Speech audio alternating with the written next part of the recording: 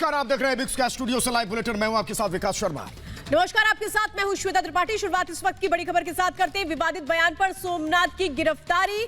अमेठी में सोमनाथ भारती की गिरफ्तारी हुई है। यूपी के अस्पताल पर बिगड़े बोल बोले थे, योगी के खिलाफ विवादित टिप्पणी की थी और इसी के बाद अब एक्शन भी लिया गया है। तो अगर इस तरह विवादित बोल निकलेंगे तो फिर गिरफ्तारी होनी तय है, और अगर आप इस तरीके से किसी की भावनाओं को आद करने की कोशिश करेंगे या फिर सवाल इस तरह से उठाएंगे जिसका कोई मतलब नहीं है तो फिर गिरफ्तारी होगी। अमेठी के जगदीशपुर में दरअसल सोमनाथ पर यह केस हुआ है और विवादित बयान पर ही उनकी गिरफ्तारी की गई है। लेकिन जिस तरह से उन्होंने अपनी बात रखी थी उसके बाद से ही उनकी मुश्किलें बढ़नी शुरू हो गई थी। लोगों में गुस्सा भी था, इस बात को लेकर नाराजगी भी थी कि क्या कोई नेता इस तरीके की बात कर सकता है। लेकिन आम आदमी पार्टी के विधायक सोमनाथ की गिरफ्तारी बहुत बड़ा संकेत देती है कि आपको राजनीति करनी है, सवाल उठाने हैं तो आप कीजिए, लेकिन एक लाइन को क्रॉस मत कीजिए।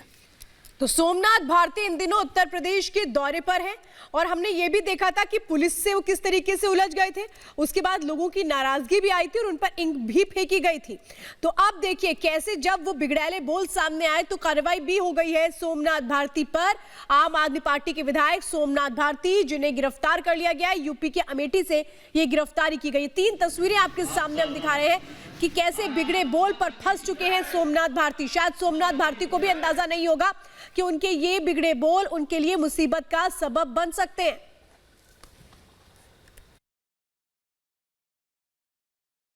ये सब करने से कुछ नहीं होगा। तुल नहीं बुलाए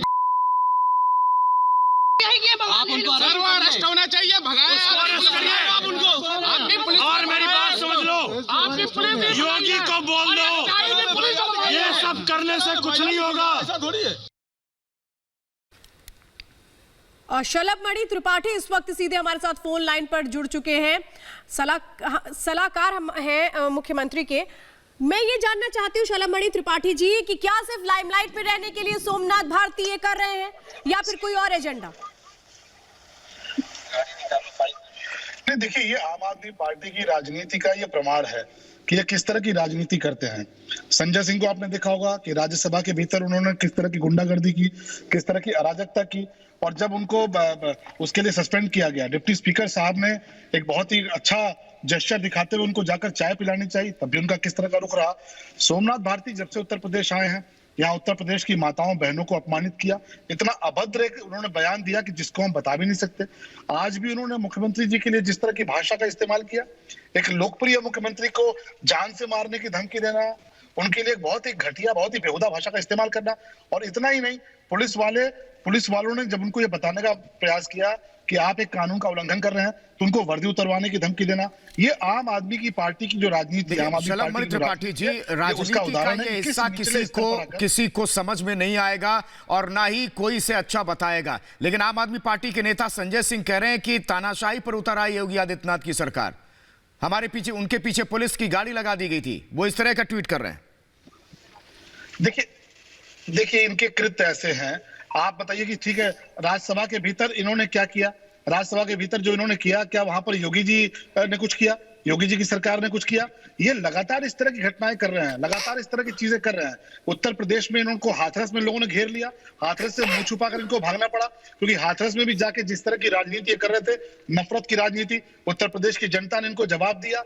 और आज सोमनाथ भारती जिस तरह का काम जो कर रहे हैं, आके उत्तर प्रदेश में इन्होंने जो बयान दिया, अपने आप में एक ऐसा बयान जिसकी हर व्यक्ति आलोचना कर रहा है, तो ऐसे लोगों को तो राजनीति में मुझे लगता है रहने का अधिकार नहीं है। और केजरीवाल जी के अंदर अगर जरा भी मुख्यमंत्री रहते हुए उनको इस बात का अंदाजा है कि वो मुख्यमंत्री हैं, मुख्यमंत्री पद की गरिमा का भान है, तो उनको पूरे देश से माफी मांगनी चाहिए। नहीं तो क्या इस तरीके से उत्तर प्रदेश में चुनाव लड़े जाएंगे? सोमनाथ भारती ये कह रहे हैं कि मैं तो चुनाव भी लड़ूंगा, और वो ये कह रहे हैं कि स्कूलों की बदहाली को लेकर के, अस्पतालों की बदहाली को लेकर के हमने उत्तर प्रदेश सरकार से सवाल किए थे और उसके बाद ये नतीजा हो गया। यानी कि गलती भी कर रहे हैं लेकिन गलती को मानते भी नहीं है। आप उनका वीडियो जो है आज का, आप पूरा वीडियो आप नहीं दिखा पाएंगे जिन जिन शब्दों का उन्होंने इस्तेमाल किया है। क्या ऐसे लोग जो इस तरह की घटिया भाषा का इस्तेमाल कर रहे हैं, वो स्कूलों का मुआयना किस मुंह से करेंगे? वो बच्चों को क्या पढ़ाते होंगे जो गाली गलौज की भाषा का प्रयोग कर रहे हैं? जो मुख्यमंत्री को जान से मारने की धमकी दे रहे हैं, तो ऐसे लोगों को देश की जनता समझ चुकी है।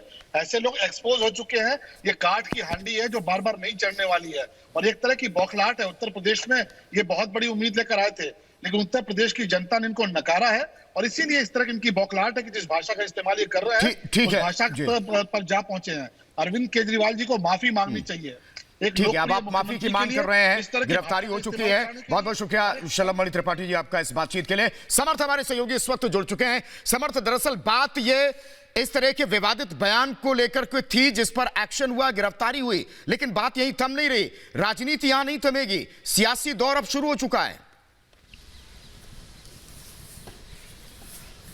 देखिए, सोमनाथ भारती पूर्व कानून मंत्री रह चुके हैं दिल्ली के, और आम आदमी पार्टी में भी एक बड़े नेता बोले जाते हैं। और पंचायत चुनाव जिस तरह से उत्तर प्रदेश में है, उसको देखते हुए आम आदमी पार्टी अपनी जगह बनाना चाहती, इसी वजह से उनका प्रयागराज, रायबरेली, अमेठी का दौरा था, जिसकी वजह से यहाँ पर आए थे। पर यहाँ पर आने के बाद उन्होंने अस्पतालों को लेकर यूपी के बहुत एक आपत्तिजनक टिप्पणी करी, जो मैं शायद बोल भी ना पाऊँ, उस तरह की टिप्पणी करी। और स्कोर यहाँ नहीं रुके, उसके बाद सीएम योगी को लेकर उन्होंने एक आपत्तिजनक टिप्पणी करी। और वीडियो जो आपको दिखा रहे हैं, जिसमें वो अमेठी के पुलिस वालों से भी भिड़ते हुए नजर आ रहे हैं, उनकी वर्दी उतरवाने तक की बात कर रहे हैं, खाकी पर एक तरह से जो आपके सामने खाकी उतरवाने की बात कर रहे हैं, तो ये काफी निंदनीय है। और अगर आप यूपी की राजनीति में चमकना चाहते हैं तो इस तरह से तो चमक नहीं सकते हैं। नहीं तो क्या मर्यादाओं को भूल करके उत्तर प्रदेश में चमकने की कोशिश कर रही है आम आदमी पार्टी? क्या आम आदमी पार्टी को ये नहीं पता है कि किस तरह से जो बयान है उसके बहुत बड़े मायने होते हैं, और जब आप टिप्पणी कर देते हैं मुख्यमंत्री पर ही, तो फिर आखिर क्या ये दायरे से बाहर नहीं है? इन बातों को क्यों समझना इतना मुश्किल हो रहा है आम आदमी पार्टी के लिए? बहुत बहुत धन्यवाद समर्थ।